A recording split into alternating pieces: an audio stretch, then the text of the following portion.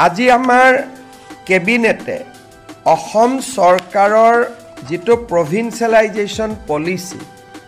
সেই পলিচিটোক সংশোধন কৰি আমি এখন আইন আনিম যি আইনৰ জৰিয়তে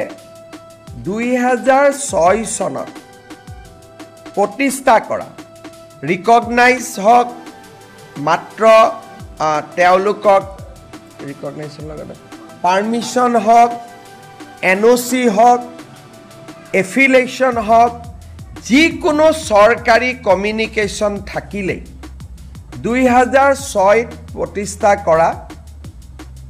স্কুল কলেজ প্ৰাদেশিকৰণৰ বাবে উপযুক্ত বুলি বিবেচিত হ'ব অৰ্থাৎ প্ৰাদেশিকৰণ আইনৰ সংশোধনৰ বাবে অসমৰ শিক্ষক সমাজে যি দাবী কৰি আছিল তাক আজি আমাৰ কেবিনেটত গ্ৰহণ কৰা হয় আৰু ইয়াৰ সংশোধনী বিলখনো অনুমোদন কৰা হয় এই সংশোধনীৰ ফলত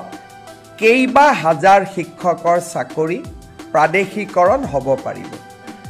পাৰ্থক্যটো মই বুজাই দিছো আগতে আমাৰ নিয়মটো আছিল যে 2006 চনত প্ৰতিষ্ঠা হ'ব লাগিব আৰু সকলো অনুমোদন পাব লাগিব তেতিয়াহে প্ৰাদেশিকৰণ হ'ব এতিয়া আমি কৈছো সকলো অনুমোদন নালাগে যিকোনো এখন কাগজ থাকিলে পাৰমিশনৰ কাগজ থাকক ৰিকগনাইজেশ্যনৰ কাগজ থাকক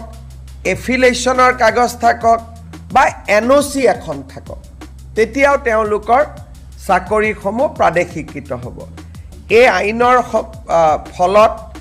বহু কেইখন মহাবিদ্যালয় প্ৰাদেশিকৃত হ'ব সুবিধা পাব কিমানখন কলেজ হ'ব প্ৰায় 15খন নতুন মহাবিদ্যালয় প্ৰাদেশিকৃত হ'ব স্কুল কিমানমান হ'ব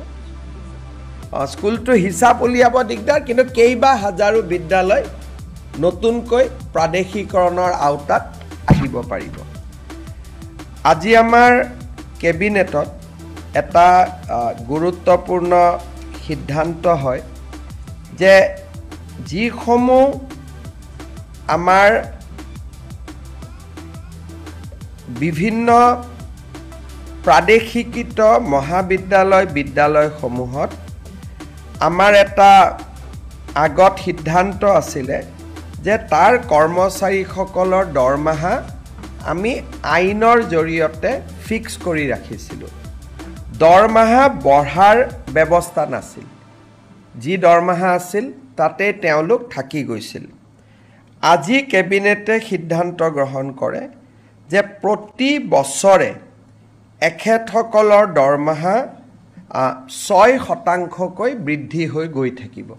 আগতে কেনেকৈ দৰমহা বাঢ়িব তাক আইনখনত লিখা নাছিল